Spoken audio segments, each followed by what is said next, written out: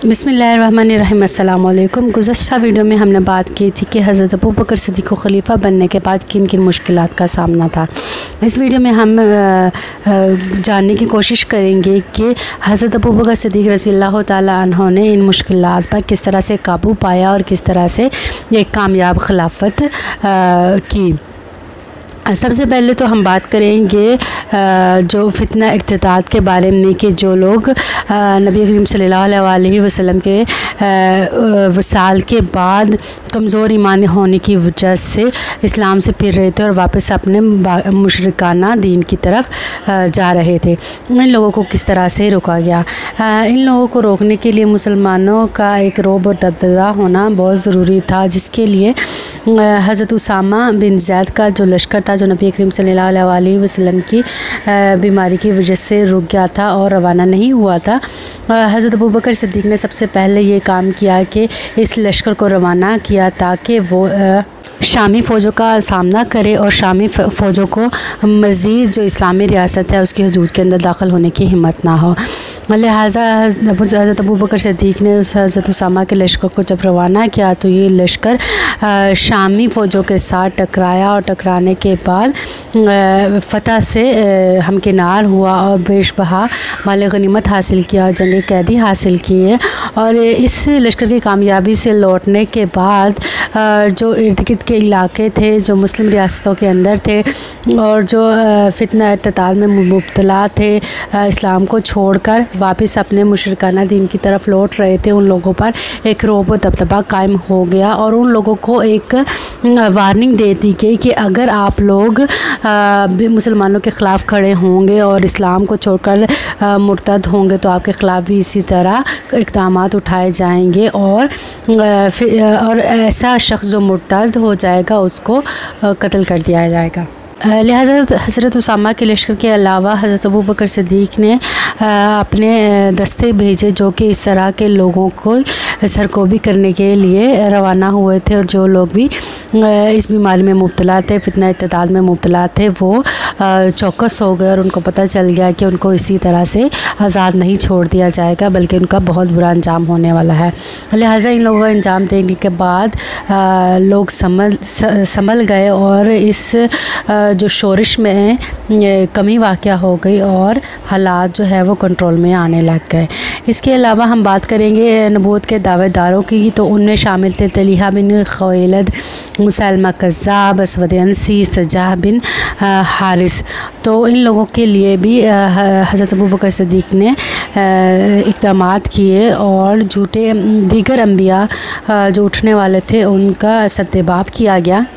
सबसे पहले बात करेंगे तलीहा बिन खुवैलिद की, तो इसने नबूवत का दावा किया और जिसकी सरकोबी के लिए हज़रत अबू बकर सिद्दीक़ ने खालिद बिन वलीद को रवाना किया और खालिद बिन वलीद ने जब हमला किया तो तलीहा के मुख्तलिफ़ साथी जो जिनकी तादाद 30 में है वो गिरफ़्तार हो गए, लेकिन तलीहा जो है वो शाम की तरफ भाग निकले में कामयाब हो गया। लेकिन वहाँ पहुँचकर इसने तजदीद इस्लाम की और मुसलमान हो गया और जो अपनी जो हरकत थी से तौबा कर ली। नंबर 2 पर है मुसैलमा कज़्ज़ाब, जो कि नबूवत का दावा करने के बाद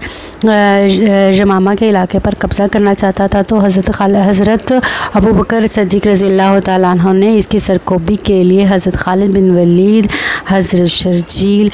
और इकरमा बिन अबी जहल और इनके साथ पूरी फ़ौज को भेजा और मुसैलमा कज़्ज़ाब के साथ एक बड़ी जंग हुई और आखिरकार मुसैलमा कज़्ज़ाब मारा गया और कत्ल हो गया।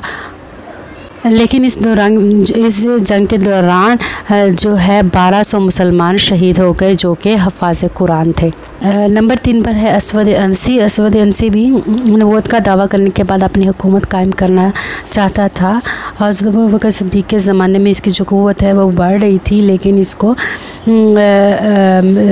हालत नशा में कत्ल कर दिया गया और इसका अंसी जो कि नबूवत का दावा करने के बाद अपनी हुकूमत कायम करना चाहता था और हज़रत अबू बकर सिद्दीक़ के दौर में इसकी जो क़ुव्वत है वो बढ़ रही थी और लेकिन इत्तफ़ाक़न ये हुआ कि असवद अंसी को शराब के नशे की हालत में किसी ने कत्ल कर दिया और इसको ये बआसानी इस शख्स से जान छूट गई।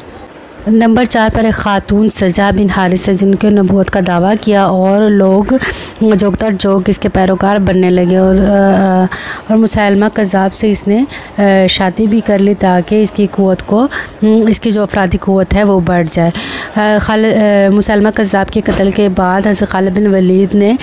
सजा बिन हारिस के कबीले का रुख किया और सजा के कबीले पर हमला करने के बाद कबीला तो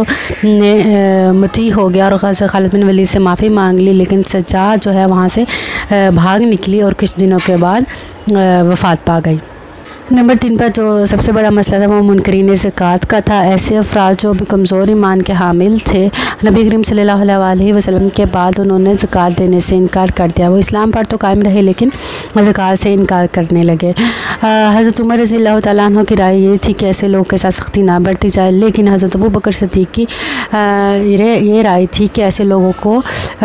सबक सिखाना चाहिए, वरना जो है तमाम मुसलमान ज़कात से इनकार कर बैठेंगे और इस ज़कात जो है इस्लाम का एक अहम